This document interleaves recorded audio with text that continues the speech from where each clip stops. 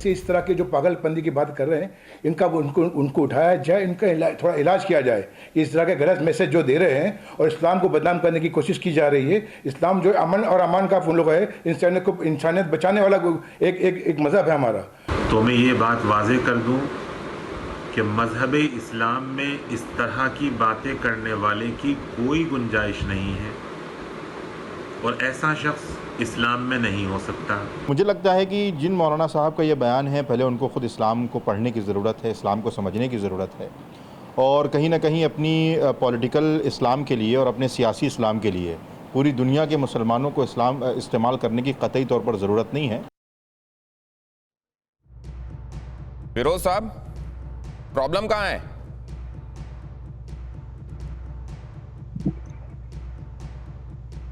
फिरोज अहमद बख्श साहब, प्रॉब्लम कहां है? फिरोज अहमद बख्श सुन नहीं पा रहे हैं मुझे। इलियास शराफुद्दीन, प्रॉब्लम कहां है? मसला यह है दिनेश के कुरान सही हदीस को सहाबा के तरीके पर नहीं समझे। सुसाइड बॉम्बिंग अल्लाह उसके नबी ने हराम करार दी। जो भी सुसाइड बॉम्बिंग करेगा सीधा जहन्नुम में जाएगा। सऊदी के टॉप के स्कॉलर शेख बिन बाज, शेख अल्बानी, शेख सालेह अल तैमीर रहमतुल्लाह अलैह, शेख सालेह अल फौजान ने साफ तौर पर कहा है कि ये जो सुसाइड बॉम्बर्स है ये सीधा जहन्नुम में जाने वाले हैं, इनका इस्लाम से कोई लेना देना नहीं। एक बात बताइए इलियास शराफुद्दीन, मेरे को समझाइए जरा, ये जो मौलाना साहब हैं ये इस्लाम मानते हैं कि नहीं मानते हैं जिन्होंने ये बात कही है? ये इस्लाम कुरान हदीस वाला नहीं मानते, अपनी मर्जी वाली लेकर आ रहे। जैसा संघी हिंदुइज्म नहीं मान के हिंदुत्व मर्जी का ला लेते। नहीं, उन्होंने ये कहा अभी कि यहाँ लाल मस्जिद से सब कुछ कानूनी, सब कुछ लेजिटिमेट होता है। ये आपकी निगाहों में है क्या? जरा मुफ्ती साहब से बात कीजिए, बताइए उनको। मैं साफ तौर पर कह दूं, कुरान सही हदीस में सुसाइड बॉम्बिंग हराम। जो भी उसको प्रमोट कर रहा है सीधा जूते मार के जेल में पटको अंदर लिख जाके उसको बाहर मत छोड़ो। दिनेश गौतम साहब, दिनेश गौतम साहब सुनिए, हमारे आका सल्लल्लाहु अलैहि वसल्लम का फरमान है, अल मुस्लिमु मन सलिम अल मुस्लिमून मिन लिसानी व यदी। मुसलमान उसको कहते हैं जिसके हाथ और जुबान से मुसलमान महफूज रहे।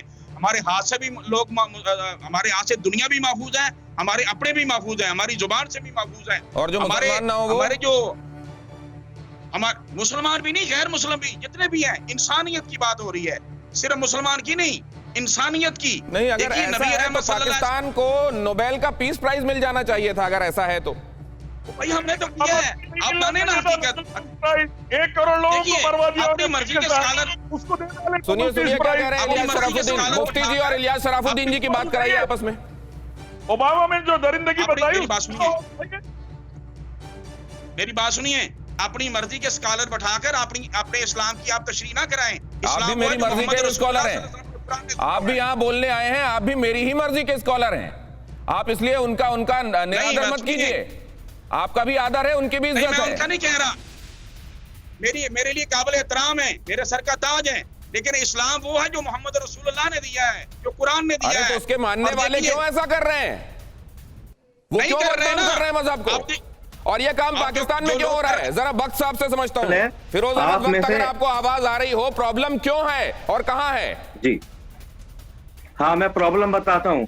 देखिए, मैं कितना ही कह लूं कि Islam is a religion of peace, मैं कितना ही कह दूं prophet Mohammed peace be upon him, आपने अमन की बात की है, शांति की बात की है, लेकिन प्रॉब्लम वहां आती है दिनेश गौतम, जब हम बात करते हैं शांति की, बात करते हैं अमन की, बात करते हैं कि एक आदमी है उसको मारना जो है पूरी इंसानियत को मारना है, ये सब जब लफ्जी तो है, जब अमल सामने वाला देखता है कि शर्मल शेख के अंदर बम लेके घुस गया, ठीक है, उस दिन अफगानिस्तान के काबुल एयरपोर्ट पे एक फिदाइन वहां चला गया, 140-150 लोग मर गए, तो फर्क जब होता है, मैं कितना ही कह लूं Islam is a religion of peace, मेरे स्क्रिप्चर्स में लिखा हुआ है, लेकिन जब वो एक्शन देखेंगे, चाहे वो फ्रिंज माइनॉरिटी है मुसलमानों की जो फिदाइन बनते हैं, बम, बिल्कुल सही बात कही, आज अच्छी बात कर रहे हैं शरफुद्दीन साहब कि ऐसे लोग जो फिदाइन हैं वो इस्लाम से खारिज हैं, लेकिन मसला ये है कि जो हमारे जैसे लोग हैं, नहीं, अगर ये बात जो आप कह रहे हैं ये सैनिटी की है, अगर ये बात लॉजिकल है, अगर ये बात धर्म सम्मत है,